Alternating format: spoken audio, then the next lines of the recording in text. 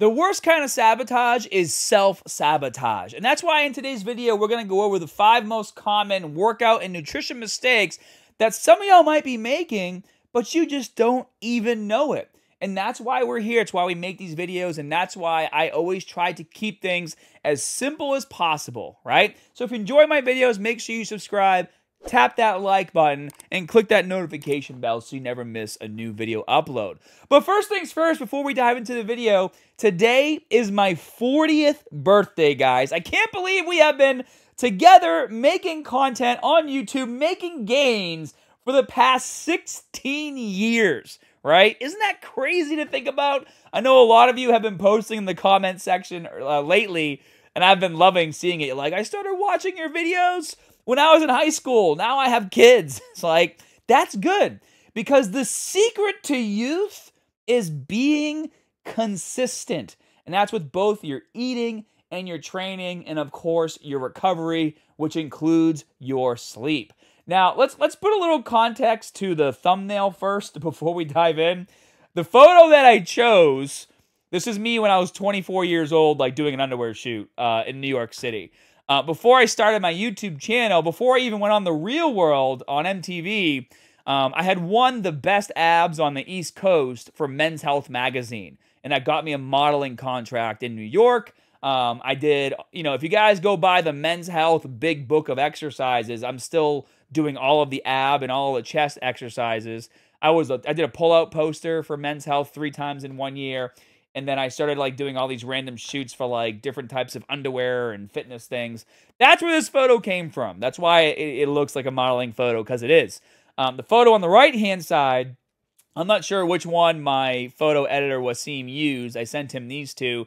The main difference is just like lighting and obviously hair, because I got a haircut. I wanted to go back to high and tight on the side, but I would say, 16 years difference from this polished photo to me just taking one with my iPhone is looking pretty good. And again, it all comes down to consistency. And if I'm being 100% honest, it also comes down to staying natural. Guys, when you jump on gear, that shit ages you, okay? Look around at a lot of the other fitness influencers that came up the same time as me that clearly went on gear. They look a lot older. You don't need that stuff. Unless you're going to compete professionally, unfortunately, you will never make it far unless you do jump on gear, and everyone who says they're natural is lying to you, okay? If you don't plan on going down that road and you're just doing fitness for your own personal gains and you're trying to stay healthy, of course you can still build muscle, still get shredded, still get super strong. Do it naturally. You will thank me when you get older. Take it from me. My fitness journey, I've been training since I was 12 years old. Started working out in a gym when I was 14 years old. So it's like 28 years of consistent training. Everything still works. I'm not married to a needle. I don't have really any injuries that are holding me back. And guys, if I were to make this video 6 mistakes that are holding back your gains, that would be the 6th one. Is not you guys not focusing on building a proper foundation with your health that's going to last the test of time.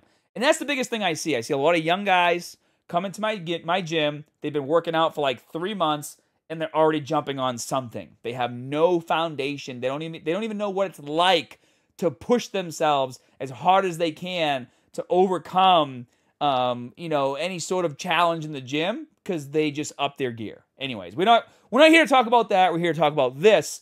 And for those of you who went to my website, and I'm going to say it again, muscularstrength.com, and you scrolled down to right here and entered your email, you would have already seen this article because we emailed this out last week. So if you haven't joined my email list yet, we send out about 2 emails a week. It's all information. It's all free. Just go and sign up. But let's jump right in. So 5 workout and nutrition mistakes sabotaging your gains, slow or zero growth. The first one is your pre-workout nutrition is bad. And I'm going to expand upon this a little bit more because in this article, I mainly talk about like if you're not eating balanced meals, right? Like you should be making sure that your meals are balanced with the right amounts of protein, carbs, and fat. Personally, I always stick to a higher protein diet. So when I have my meals, it's a lot of meat, a lot of vegetables, and I do a small amount of complex carbs. So it'll be like potatoes or rice or something like that. Now, if you have a really hard time with your meal plan, when you go to my website and you sign up, you can try my meal planner for free. And if you go to the meal plan section right now, even before you sign up, you can enter your height, your weight, your age, your gender, your activity level, and click Calculate BMR, and you can figure out what your calories should be and what your macros should be right this second, okay? And then, of course, once you sign up for the site, you can try my meal planner for free, and you basically do the same thing in my system where you enter all of your goals, whether you want to lose weight or build muscle, and then you can pick from like thousands of meals that are already pre-made to help you reach your goals. But let's get back on track with the article here. So having a balanced meal is super important. I also talk about in Mistake 1 about not eating too close to your workout time. And even though I know this is wrong, I even did it this week. Like I was working so late on my gaming project, Wag-Me Games, because we're launching our beta November 5th, that I just didn't eat. Because I fast. I fast from 8 p.m. to 11 a.m., so I don't eat any food, right? And give your body needs a break from digestion. That's another important reason why you need to fast. If you're always eating, your body's always digesting. Give your body a break, okay? Try fasting, even if it's a smaller window. But, you know, sometimes 11 o'clock comes and I'm stuck in meetings until 1 or 2. Then I have to go to the gym around 3:30, and I'm so hungry, eat all this food. And then I go to the gym and I'm like falling asleep while I'm bench pressing. Like literally I was laying down just like listening to my music. I'm like, okay, after this song, I'm going to do my set. After this song, I'm going to do my set. And then like there's probably people like around me pissed off that I'm like sleeping on the bench. But that's what happens. Don't eat a huge meal right before you go to the gym, because your body is going to be focused on digestion. And that's where all your energy is going. So if you're going to do a big meal before the gym, try doing like 90 minutes to 2 hours. And what you should do, what I should have done, is eat something small if I have to eat something before the gym, because I'm feeling so hungry. So like I could have easily had gotten like an apple and a banana, or a protein bar, and just kind of like curbed my hunger, went to the gym, trained, come home, and then had the big meal. So that's important, guys, okay? Number 2. You're training too long. Guys, you don't need to be in the gym for 3 hours. It's okay, like, if you want to be in the gym for a long time because you're doing your workout and you're chatting and it's like your escape, that's fine, right? But, like, your actual workout does not need to be that long, okay? 60, 90 minutes max. Keep your rest periods short. 60 to 90 seconds on those rest periods as well. Maybe sometimes 2 to 3 minutes if you're doing a compound movement like a heavy bench press or a heavy overhead press or a heavy bent over row or squat or deadlift, right? You want your rest periods a little longer because those exercises require more energy. But like you shouldn't be resting 5 to 10 minutes in between sets because you're screwing around, because that's just going to mess up your workout. Keep those rest periods short and keep your workout programs focused. You don't need a lot of stupid exercises when you go to the gym. 2 to 3 exercises per body part is all you really need. That's why I always tell you guys, if you need a new workout program, when you go to my website, again, muscularstrength.com, like do my 5-day bodybuilding split, because those workouts are like 60 to 90 minutes max, and I incorporate drop sets on every single exercise. Literally, one set of a drop set of one exercise in my workout program is more intense than 90% of the garbage I'm sure a lot of you have tried. So take it from me, in my 28 years of gains, 40 years old, this is still my go-to program. I feel the greatest when I'm doing it, and I want y'all to try it as well. All right, back to the article. So keep your workouts, you know, I don't want to say short, keep them focused, and only focus on exercises that give you those bang for your buck, okay? Don't go on TikTok and IG Reels looking for new exercises. There's no such thing as a new exercise. Again, what you should do, in fact, that's number 3, right? Don't program hop. Don't go from like push-pull legs to cheat and recover to 5-day split to upper-lower to full body training, right? You can do the same program for as long as you want to. The only reason you should be switching up your program is because you want to try something different. I've tried all the programs that are on my website. That's why I made the programs. And even after trying them all, for me, what works best for me, no matter what, is my 5-day split. Or my cheat and recover as well, because that's also kind of along the same lines as my 5-day split. But in terms of like the exercise selection, how I programmed it. But, you know, I've always just find myself going back to 5-day split because that's where I get the most gains, and I love doing the drop sets. Now, if you're sticking with the same, if you found a program that you like and you want to stick with it, but you're not seeing progress, then you start just incorporating different training techniques into that program. So keep the exact same program, but now incorporate supersets. Now incorporate drop sets. Now incorporate cheat repetitions. Now incorporate, I don't know, maybe do a giant set. Combine all the exercises, you know, for a couple different body parts and try that. You can stick to the same program, the same exercises, but manipulate how you're utilizing those exercises with techniques like drop sets, supersets, and things like that to make it more intense, okay? Even forced repetitions.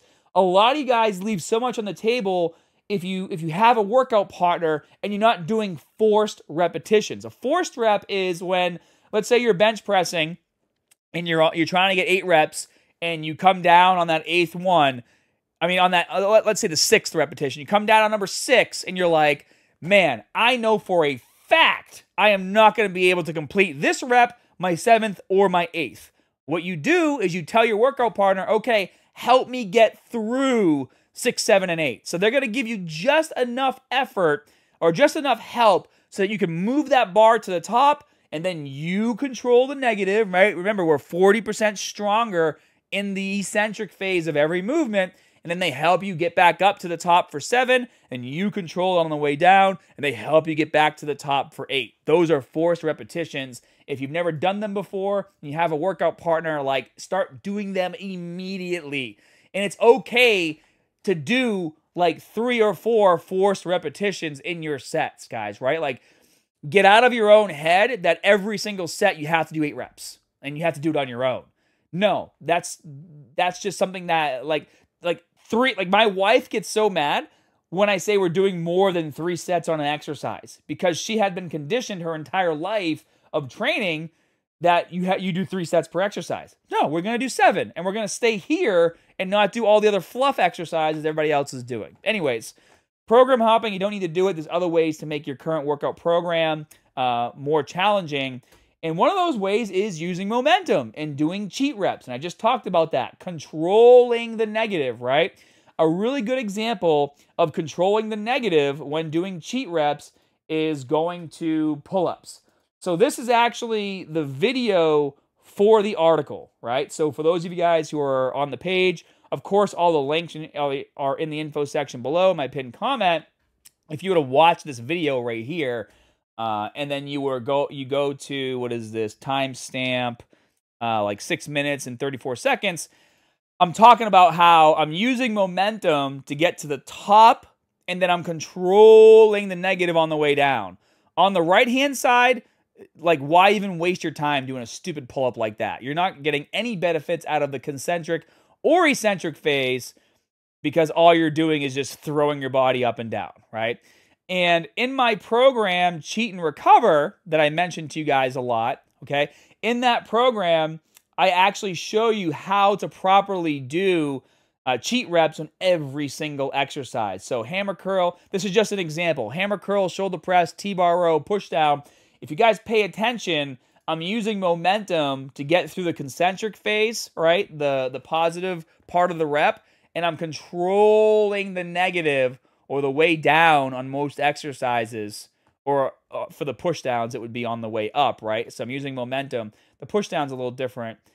So like I'm using momentum to throw that weight down, then I'm controlling it on the way up, right? That's okay to do. When I say it's okay to use momentum, or in this article I say use momentum the wrong way. When I say it's okay to use momentum, that's what I mean, all right? Cheat repetitions. And in that program, you do actually like 2 sets.